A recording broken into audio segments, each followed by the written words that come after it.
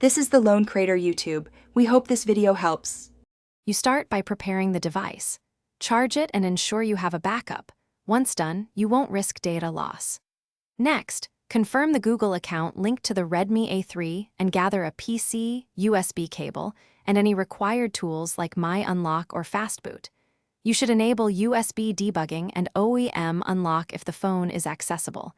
If not, you continue into recovery procedures. These actions set up everything for a safe password removal and avoid bricked or locked states. You power the phone off and then press volume up plus power to enter recovery. Hold until the recovery menu appears. Once in recovery, navigate to wipe data/factory reset and confirm that you understand this erases local data, because that's how the lock is removed. After the wipe completes, make sure to reboot to system and check lock status. If factory reset protection activates, you'll need the original Google account credentials to proceed. This prevents unauthorized access. You complete the process by rebooting and starting the setup flow. Make sure to sign into the original Google account when prompted, because that unlocks the device after a reset. If you cannot access the account, use My Account recovery options or present proof of purchase to Xiaomi support.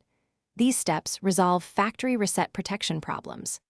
If the phone still won't boot or is stuck, reflash the stock ROM using My Flash on your PC. This restores firmware and often clears stubborn lock states.